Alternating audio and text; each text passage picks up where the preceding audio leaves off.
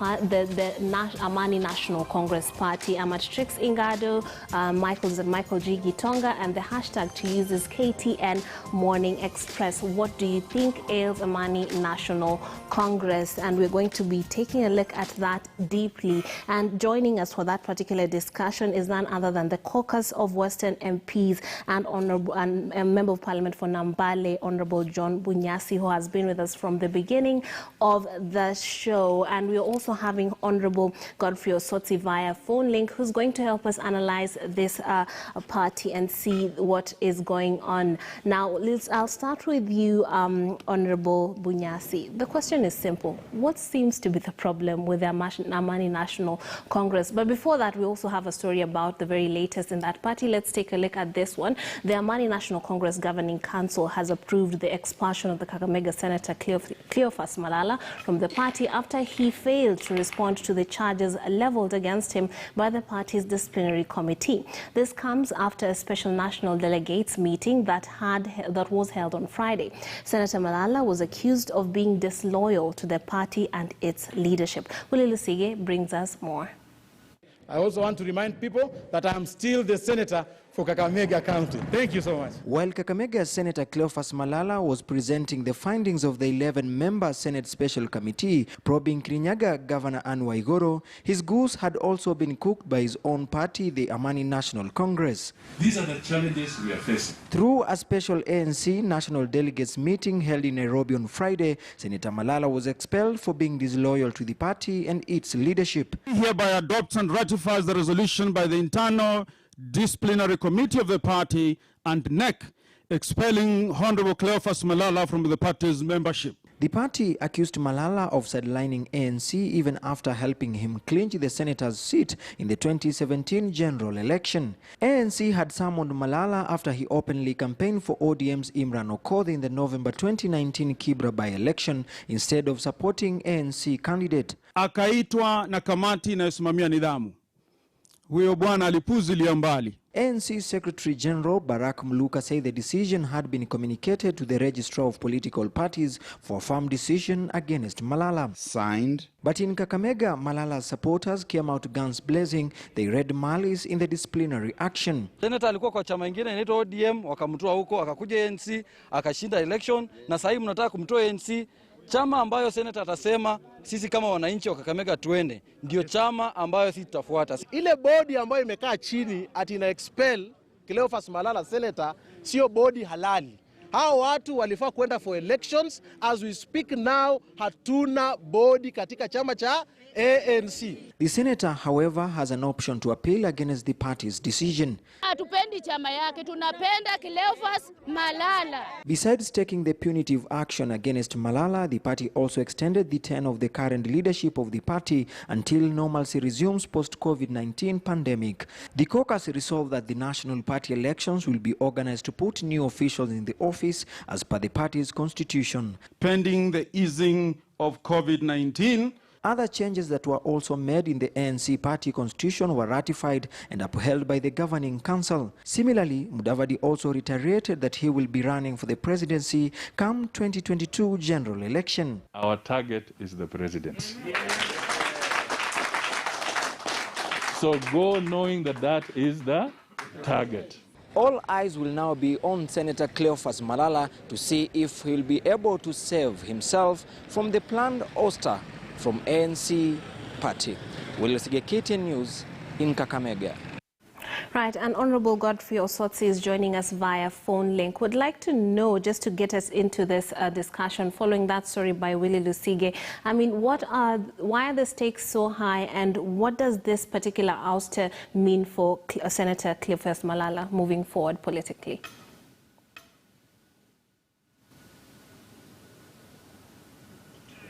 Honorable Osotsi, can you hear me? Right, I'm sure we're going to get him back on in a few, but let's start with you, Honorable Bunyasi. We've seen him over the past few weeks speaking quite bravely, saying he does not care whether or not in fact, he said he is ready to be kicked out of the party. Politically speaking, is this wisdom, or what does this mean for him moving forward? Is this just on face value, or does he have some plans that we might not know about? Thank you very much indeed. I presume, listening to Senator Malala, that he has a plan B well up his sleeve. That's why he feels that probably remaining as an ANC senator is just an inconvenience. If that is the case, the best thing to do is then to say, I quit, I'm going to go my own way. And I'm sure he has a way. He's a politician, so I'm sure he has a way. Yes. But the challenge we have currently, ANC, we are the one in the news now, but as you know, recently, Jubilee has had its own share of these kinds of issues. Yeah. But just sticking with the ANC, which is under discussion, parties have to balance off between party discipline and freedom for their members to sort of operate within a spectrum. Yes. I think that in several ways, the spectrum that was of tolerance to ANC had been far surpassed for several times. When you get members who openly, against the legal framework, not just the constitutions of the parties, but you choose a party, one among many, and you work with the one you have chosen. It was clear they were not working with the party that gave them, sponsored them to parliament, gave the ticket to Malala, or actually nominated Mheshimiwa Osotsi. So ANC, with a lot of internal communication and discussion, has been trying to reach out to these, to Honorable Malala, the senator, and I think it didn't work. And when they did notify him that they were unhappy with what he was doing, and that he should come to the party disciplinary processes and answer to what he was doing, he completely ignored it and I think dismissed it. Yes. Now, he might have a reason for doing so. He may feel that individually, given the limelight he was getting, is even more powerful than collectively the ANC. That, I think, would be a serious misreading. Right.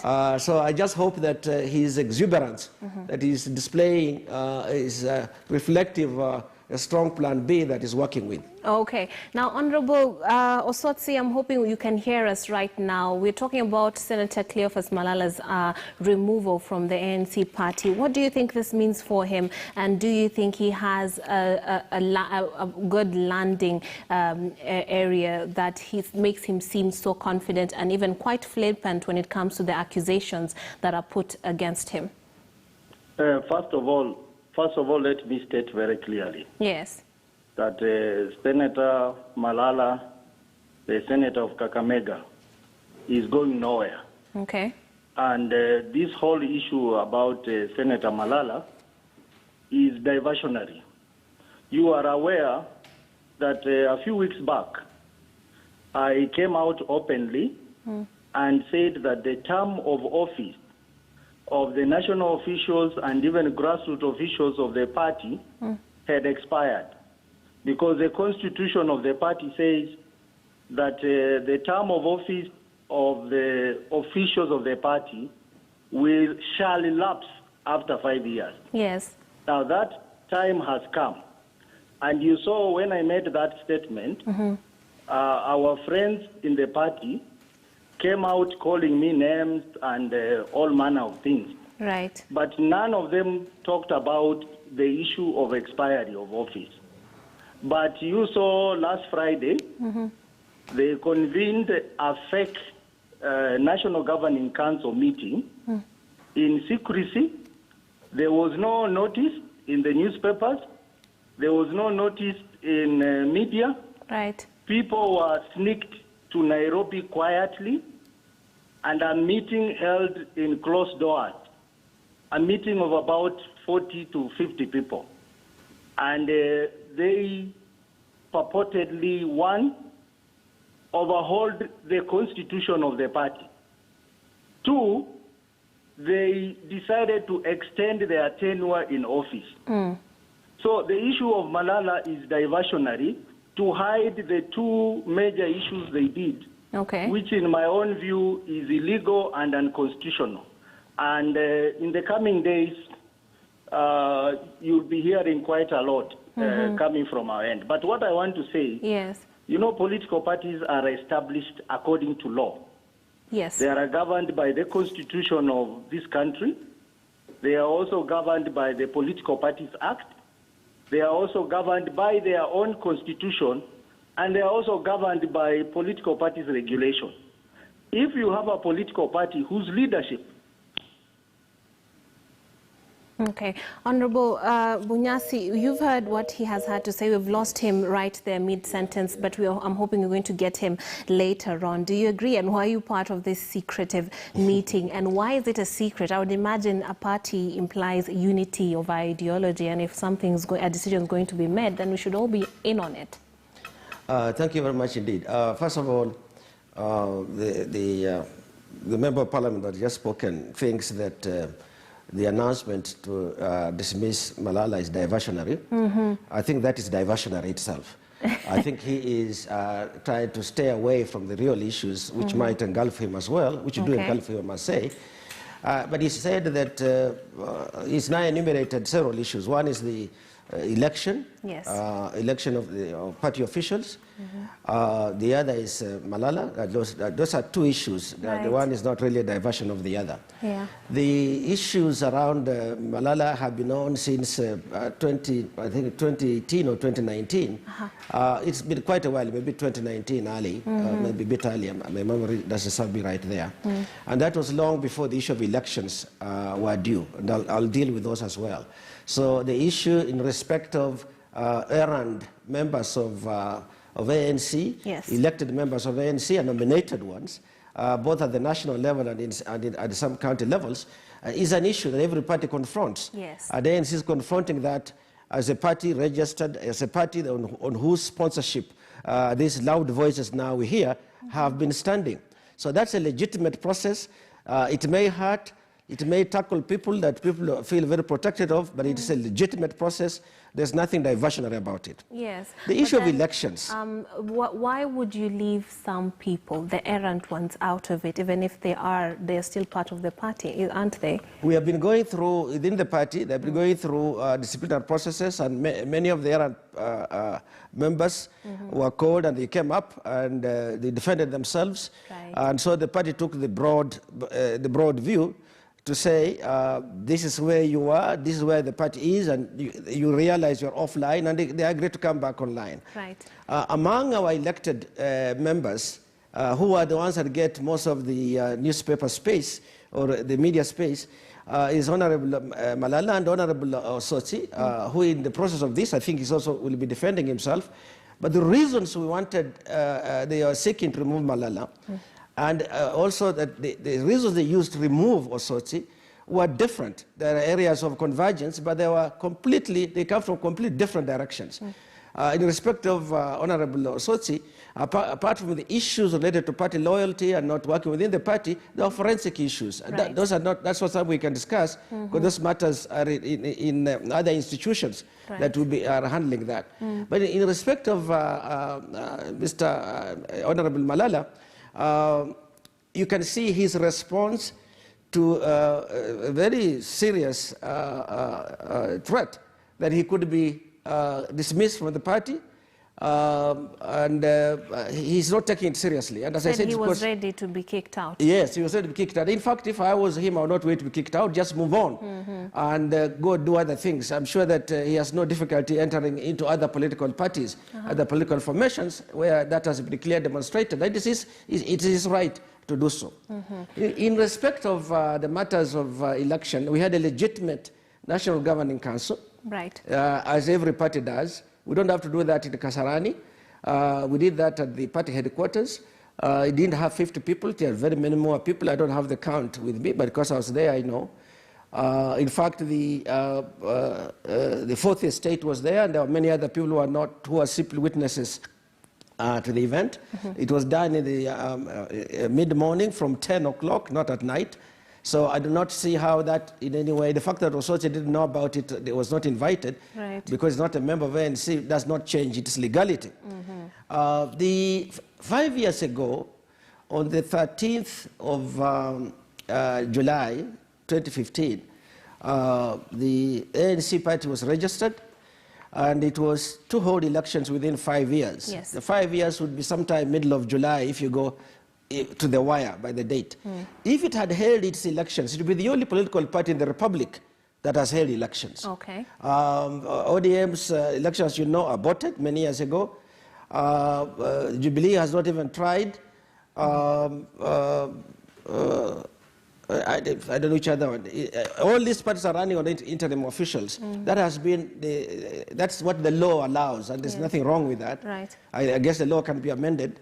But ANC is not out of line at all in respect of the legitimacy or the legality and legitimacy of its officials. Its officials and its processes, internal processes. But then when you look at the stake, they seem to be very high and pointed towards the 2022, the upcoming elections. Now, Honorable Osotsi, you've heard what Honorable Bunyasi has said. He has said he is against the allusion that this is subversive, and in fact, he says the processes have been set. They follow due processes, and whoever hearkens to the call of the party to defend themselves stands a better chance in the party as opposed to those who dismiss said allegations, like Senator Cleophas Malala, as we have seen in the media. What do you have to say about that?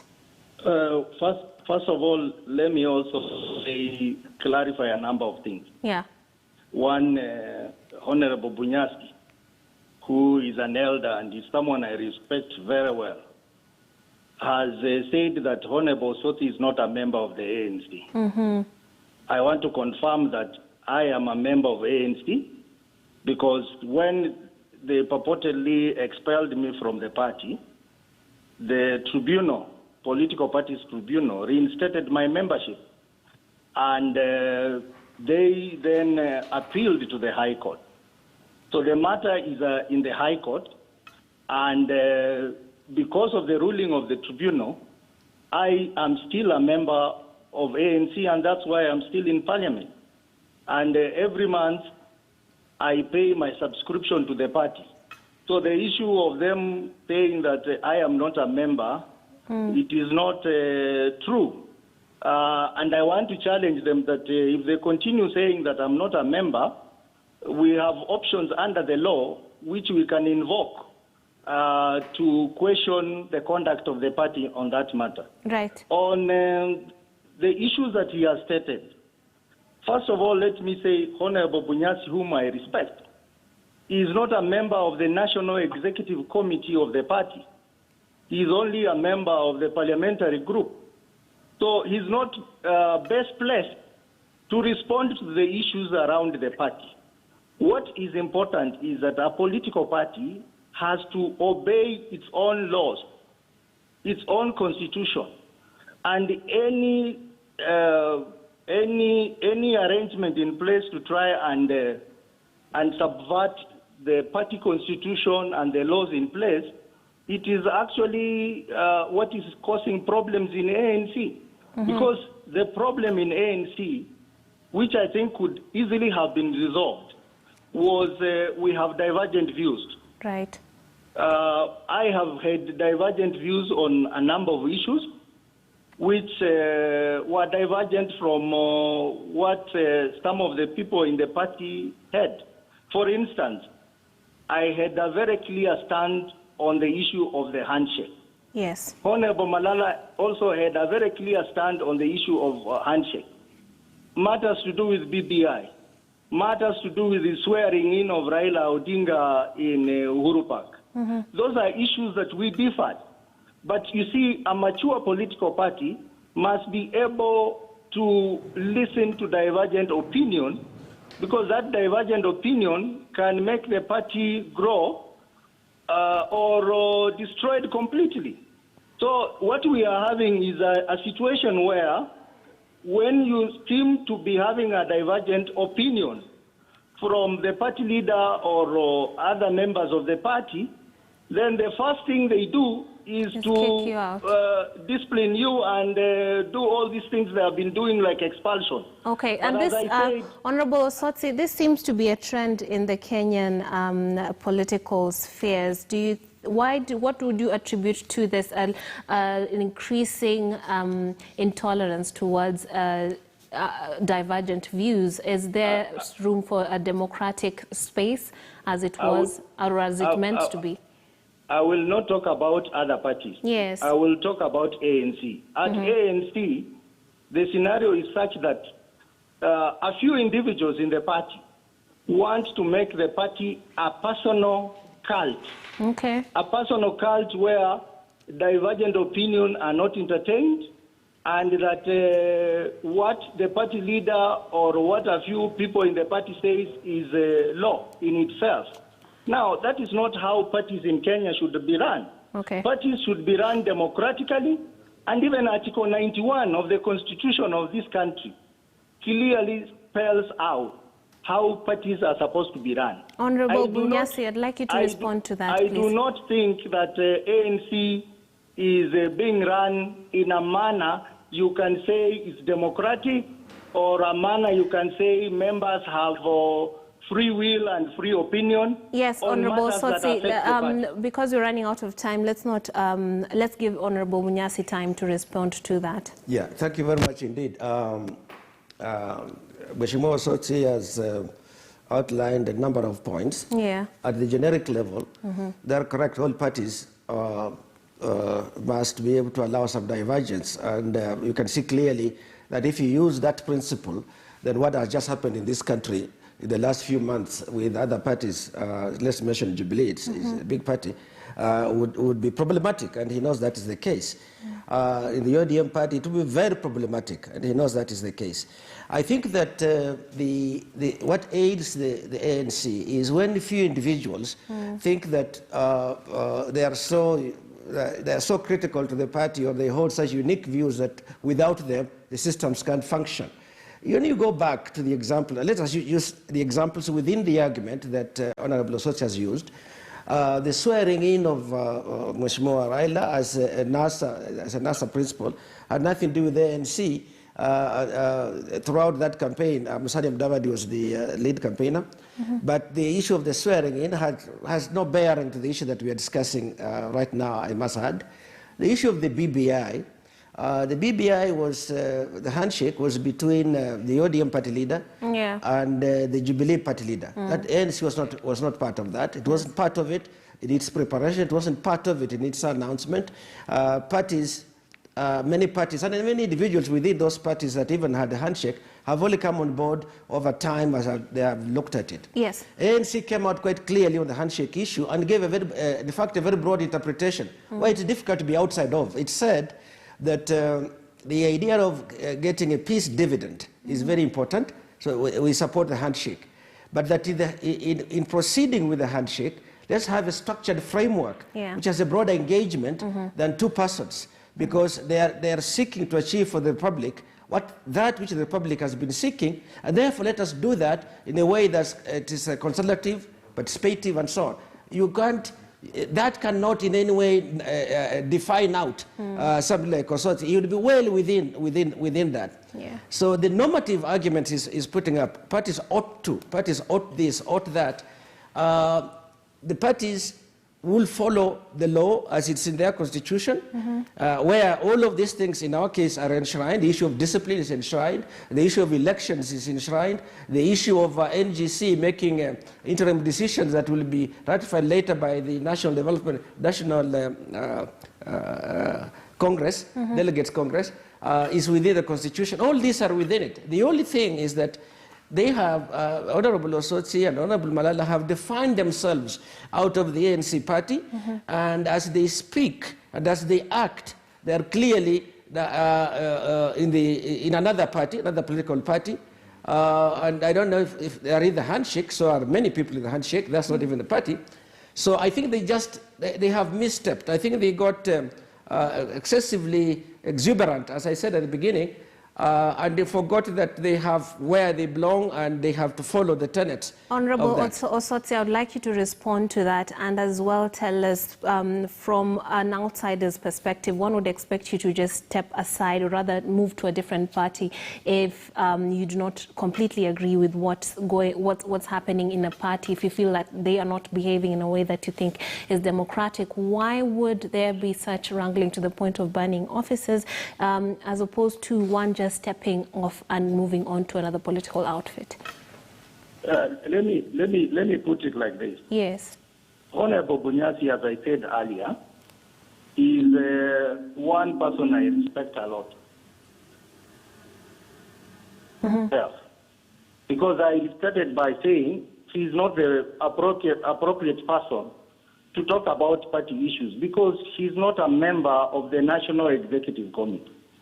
The ANC party at the moment, they have two National Executive Committees.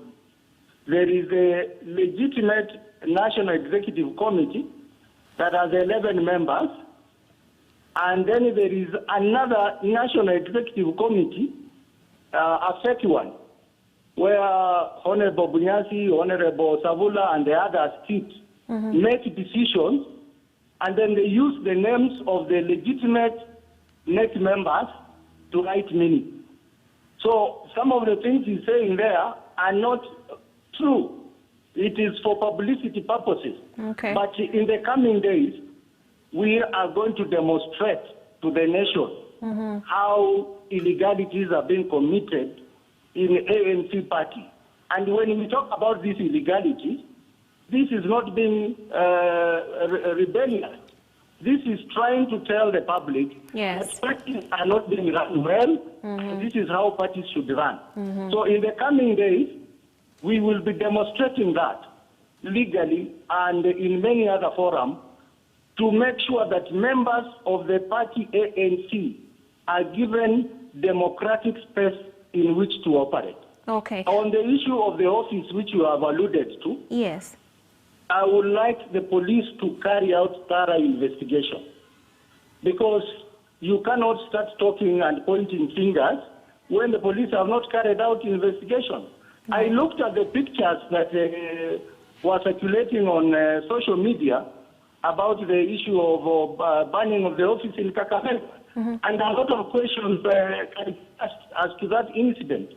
Why one would enter into an office and ban a few papers in one of the rooms in the office and then call that arson. So police should carry out thorough investigation because we are seeing a situation where some people could be using some of these things to further divert attention. Okay. And as I had said earlier, the issue of Cleopas Malala is not the main issue. Yes. The main issue which I want Honorable Bunyasi seated next to you to answer is the issue of them clandestinely changing the entire constitution of the party. The issue of extending election of the party. Those are major issues that we'll be discussing in the coming days. The issue of Cleopas Malala and his expulsion is neither here or there. First of all, the reason why they're using to punish Malala is that he attended ODM rally.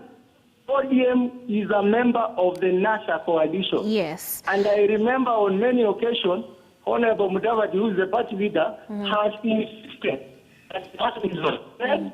NASA is still there, that he is the founder of NASA, and ODM is a member of NASA. And the Political Parties Act clearly allows a member of any of the parties within the coalition to associate, to do things together. For instance, now in Parliament, Honorable Bunyasi and I sit in committees.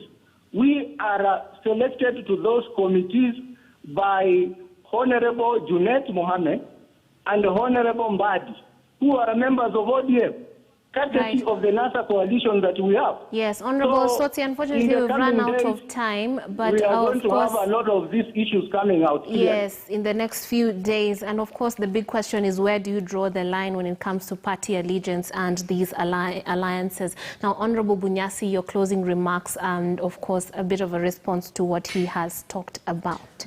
Thank you very much indeed. I think what I would like to add to what I've said so far is that ANC has a neck. Honorable Osotsi knows that neck. He had it from the beginning before he moved on. And that's the neck of the party. Me, Sakwa Bunyasi, is not a member of the ANC neck. I'm not even seeking to be. Yes. So we have a legitimate neck. I think that there is an element of elitism that is Honorable Osotsi is implying. He has a neck that was put in place when he was there. He was part of it. So he's the only one to blame if he's unhappy with that neck. But we have a neck, a legitimate neck. It has been there, it has not changed. I don't think we can go into that any further than that. Secondly, I agree with him that members need to have some wiggle room, but wiggle room is different from complete shift. And I think that's where we are. I think this is a matter that we shall deal with vigorously and robustly. I think we are quite prepared to face up to what he wants to bring along and so on. I would like to say this, that indeed our constitution is predicated on a multi-party democracy. So the health of political parties is extremely important. We have had a recent trend in which, as a way of a mistaken view that everybody needs to move into one house, which is also known as autocracy, and a very, let's say, I could use stronger words. I think that that rush to go in, and everybody must go in, you line up behind, and if you are going through a door, you can only allow one person ahead of you, then you will have a long queue, a very, very long queue, going around many kilometers. People with high expectations that the government is going to be restructured, we need ministerial positions, or that if that's not the case, then let us belong to this side so that when we win in 2022, we have a position in government. Both the opposition and the ruling parties are legitimate institutions of this country. Okay. And the BBI itself, as I'm told, is coming up with the position of official leader of opposition. I don't see why everybody's rushing to go in a hurry. It's just simply because they expect a new government any time now, which hasn't happened, and that they expect ministerial positions. I think that, let us be realistic, we do need our political parties to function, and the fact that some countries like the US has several hundred political parties, people think there are only two. What they know is all about the Democratic Party and the Republican. There are very many others. Yes. It is a democracy. Britain has very many parties, but you only hear of a few, 3 or 4, and so on. The Greenpeace in Europe moved from a fringe institution now to be a significant part of government that the German government coalition has incorporated, and so has it happened in other European countries.